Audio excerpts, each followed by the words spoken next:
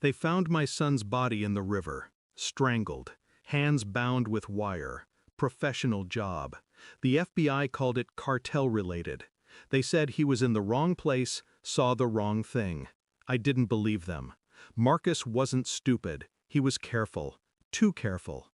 When they let me see him, I barely recognized what was left. The bruises were methodical. The ligature marks perfect. Someone enjoyed it. I stood over the body, listening to the hum of fluorescent lights, the distant chatter of agents who didn't know who I was. To them, I was just a grieving father. But once, I was a ghost, a name erased from record, a contract the government disowned. 47 confirmed kills, 3 continents, no fingerprints, no past.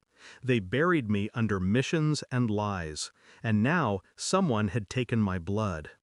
When they told me the main suspect was Ramon Torres, arms dealer, trafficker, human filth, I almost smiled.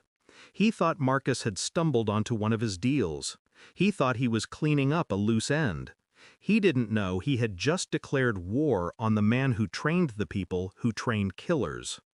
The Bureau wouldn't let me touch the case, said I was too close. They were right. But they didn't understand. I didn't want justice. I wanted precision. Torres wasn't the type to leave evidence. Every transaction went through proxies, shell companies, foreign accounts. But people like him always had one flaw: ego. They thought control was the same as power. I started with the people closest to him: an accountant in Bogotá, a mistress in Miami, a lieutenant with a gambling problem in El Paso. Information came slowly, one whisper at a time. And then a pattern emerged. Torres was laundering his weapons cache through a private charity, one my ex-wife helped run.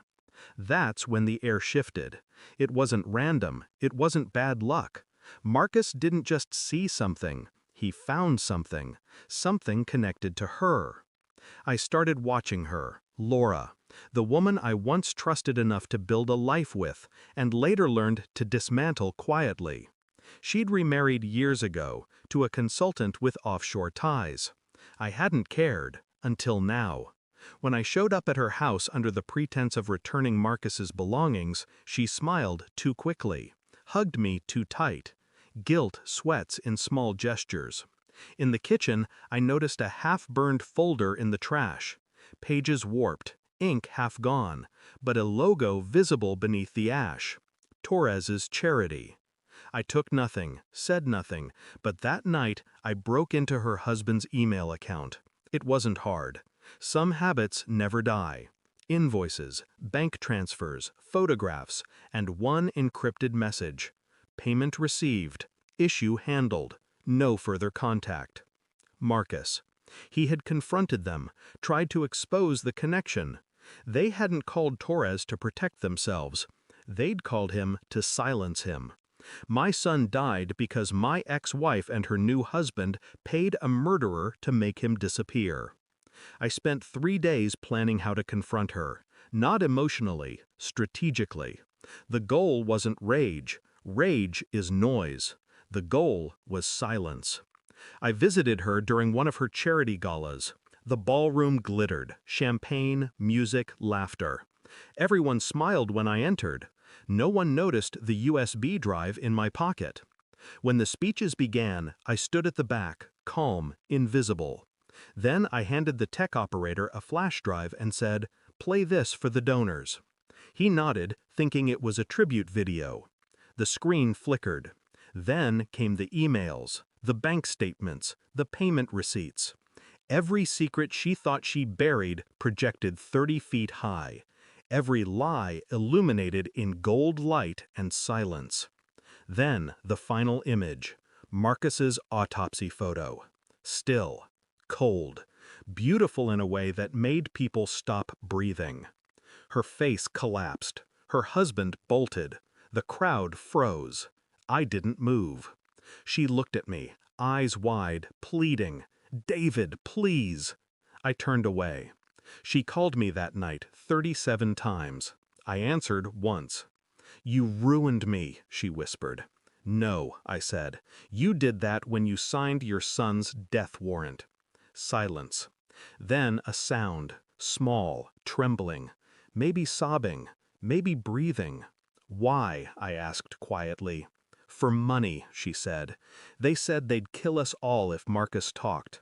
You should have trusted me, I said. I could have protected him. I know, she whispered. That's why they couldn't let him live. And that was it. The truth. Raw, final, irreversible.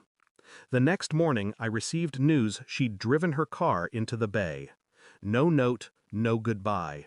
Her husband vanished 2 days later.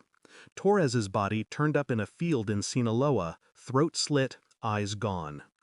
I didn't kill any of them, not directly, but I made sure the right people knew where to look. Sometimes vengeance isn't an act, it's a direction. The Bureau called me again, asked if I had information. I said no. I stood by the river that night, the same one where they'd found Marcus. The water was calm, dark, indifferent. I dropped a coin in and whispered, "Debt settled." The ripples spread outward, then disappeared, like I once did. Thanks for watching. Don't forget to like, share, and comment. Subscribe now to Cheating Stories Insight World for more amazing stories.